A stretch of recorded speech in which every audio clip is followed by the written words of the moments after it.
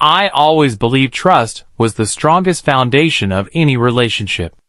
For almost 10 years, my wife, Sarah, and I had built a life together, 2 kids, a house in the suburbs, and countless memories that I thought were unshakable.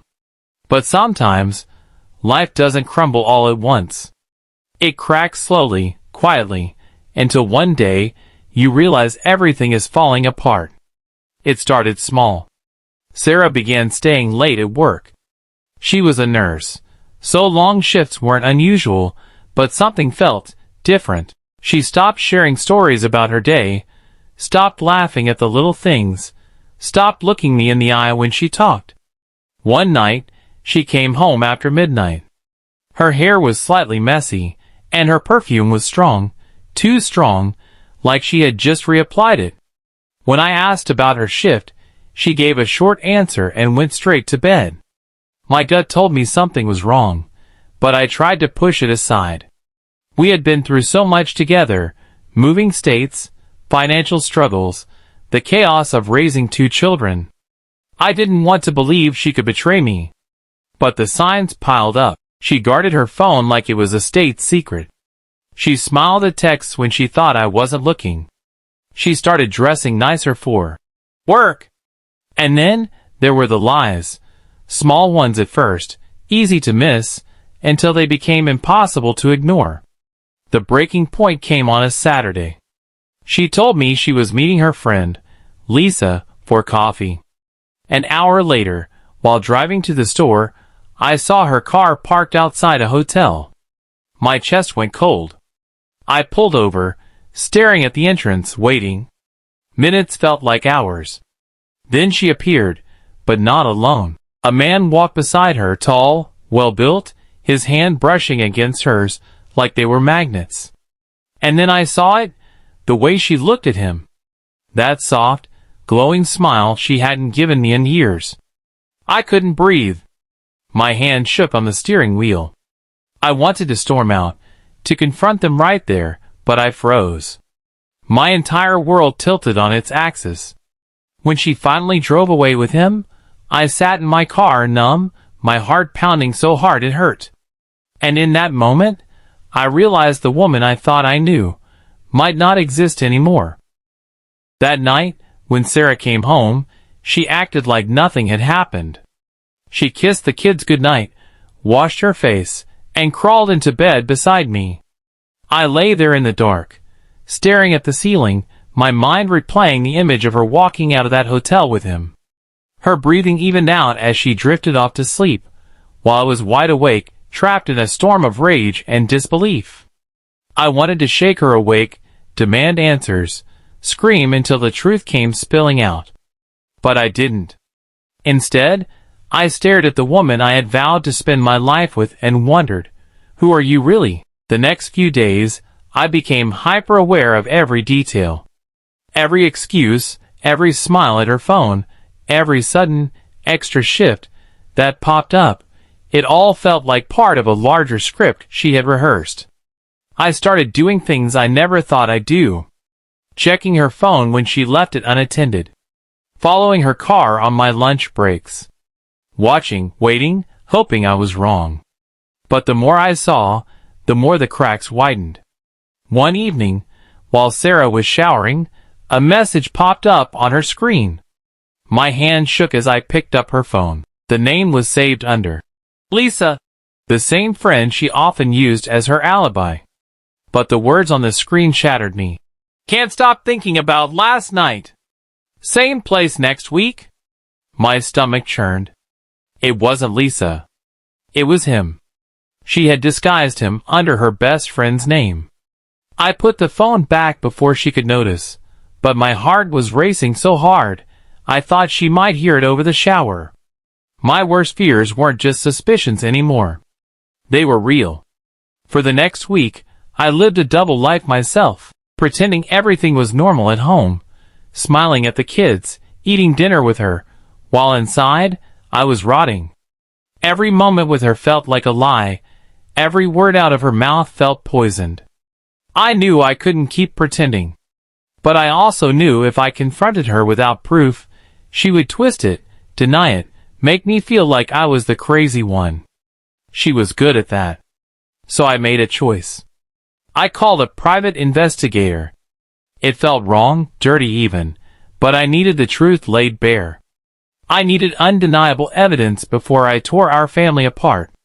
The investigator didn't waste time. Within a few days, he sent me photos, Sarah at the same hotel, Sarah holding hands with him at a cafe, Sarah kissing him in his car. Each photo was like a dagger. Proof of what I had already seen with my own eyes, but had been too scared to accept. I sat in my car staring at those pictures for what felt like hours. My hand shook, my throat burned, and tears blurred my vision. There it was, the truth. Cold. Brutal. Unforgiving. And now, I had to decide, would I confront her, or would I destroy her the way she had destroyed me? The next morning, I couldn't even look at Sarah the same way. Every movement, every word out of her mouth felt staged. When she kissed me on the cheek before leaving for her shift, my skin burned where her lips touched. I had the photos in my pocket the whole time, folded tightly, like a weapon I wasn't ready to use. For 2 days, I kept my silence, walking around with a mask on. But inside, the silence was eating me alive. I'd sit at the dinner table, watching her laugh with the kids, and wonder how she could live such a double life so effortlessly. On the third night I broke. She came home later than usual, hair damp, like she had showered somewhere else, her eyes bright in a way I hadn't seen in years. That brightness didn't come from me, it came from him. I waited until the kids were asleep. Then I pulled out the photos and laid them on the kitchen table. "Explain this," I said, my voice low, shaking but deadly. Her eyes widened. She stared at the pictures, then at me, her face draining of color. For the first time in months, she was speechless. "Who is he, Sarah?" I demanded. "How long has this been going on?" She tried to grab the photos, but I slammed my hand down on them. "No more lies. Not tonight." Her lips trembled. "It's not what it looks like," she began. I laughed, but it wasn't the kind of laugh that came from humor. It was sharp, broken. "Not what it looks like. He's kissing you in his car, Sarah. You're holding his hand in broad daylight. Tell me, how is that not what it looks like?" Tears welled in her eyes, but I didn't feel sorry. Not anymore. I wanted the truth, every ugly piece of it. Finally, she whispered, "His name is Mark. He works at the hospital." My stomach turned. The same hospital where she claimed to be working extra shifts. "It started a few months ago," she continued, her voice cracking. "At first, it was just talking. I felt seen again. You've been so distant, and I was lonely, and don't you dare blame this on me." I snapped, my fists clenched. "I was here. I was raising our kids, paying our bills, building this life with you. And you were sneaking off to hotels." Her tears spilled over, but I didn't care. The rage boiling inside me left no room for pity. "You should have come to me, Sarah. You should have told me you were unhappy. Instead, you chose this." I shoved the photos back toward her. "You chose to lie. To betray me. To break this family apart." She sobbed into her hands, whispering, "I didn't mean to hurt you. But the damage was done." And as I stared at the woman I thought I knew, I realized something terrifying. It wasn't just about the betrayal anymore. It was about the fact that she had been living a secret life right under my nose, smiling in my face while giving her heart to someone else. And that cut deeper than any knife ever could. After that night, everything changed between us. The air in the house grew heavy, thick with words left unsaid. Sarah tried to talk, tried to explain, but I didn't want to hear it. Every time she opened her mouth, I saw his face, those photos, that hotel. We existed like strangers under the same roof. I slept on the couch, telling the kids I was just falling asleep during movie nights. They didn't understand, and I prayed they never would.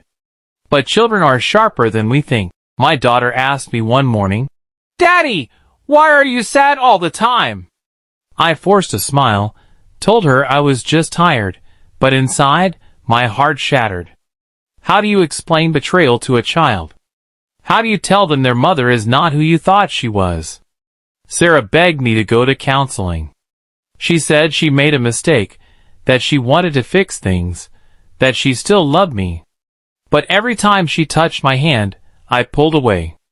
Her love didn't feel real anymore. One evening, when she went to tuck the kids into bed, her phone buzzed on the counter. I shouldn't have looked, but I did. A message from him flashed on the screen. "I miss you. Can't wait until next time." My vision blurred with rage.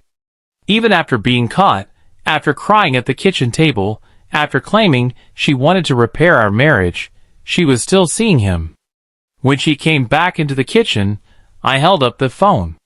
"Still lying to me, huh?" My voice was sharp enough to cut glass.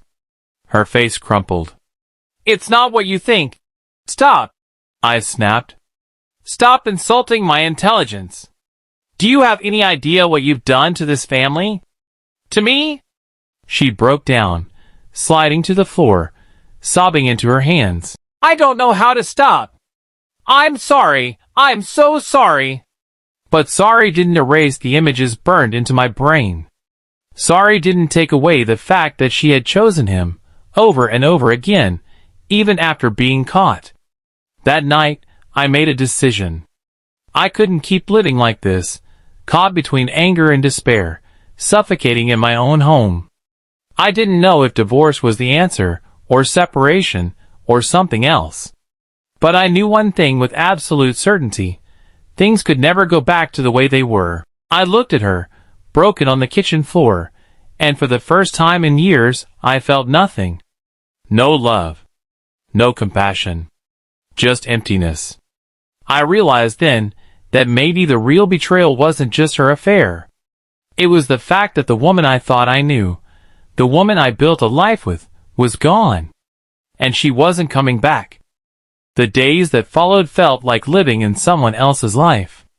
I'd wake up, get the kids ready for school, go to work, come home, and yet everything was hollow. The laughter in our house was gone, replaced by silence and tension so thick you could choke on it. Sarah tried. She cooked my favorite meals, left notes on the counter, even suggested we take a weekend trip. Just the two of us. But I wasn't fooled. Every smile felt rehearsed, every gesture too late. The woman I once trusted with my life had become a stranger I couldn't stand to be near. One night, after the kids went to bed, I sat alone in the living room staring at our wedding photo. There we were, two kids in love, holding hands, eyes full of dreams. I barely recognized those people. I wondered what went wrong, when the distance began, why she hadn't come to me instead of him. But in the end, none of it mattered. She made her choice. I called my brother that night. I hadn't told anyone what was happening, too ashamed, too afraid of the pity in their eyes. But when his voice came through the phone, I finally broke. I told him everything, the hotel, the texts, the photos, the lies.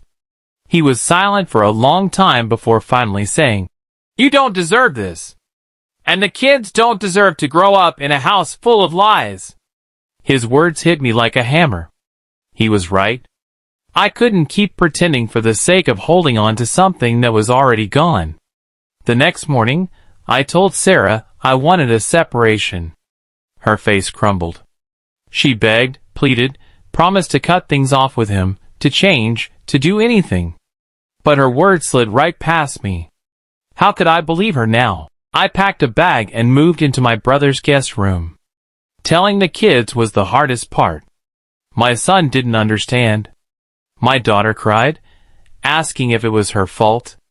I held them both and told them no, none of this was their fault. Mommy and Daddy just needed space. The truth was uglier, but they didn't need to carry that weight. Not yet. In the weeks that followed, I filed for divorce. The process was brutal: lawyers, custody discussions, dividing the life we had built together piece by piece. But through the pain, there was also clarity. I realized I'd rather be alone with my dignity intact than chained to a lie. The man I was when I found those photos, the man broken, shaking, unable to breathe, he was gone too. In his place was someone harder, stronger. Someone who knew that love without trust is nothing but a trap. Sometimes, I still catch myself remembering the good years. The vacations, the Christmas mornings, the nights we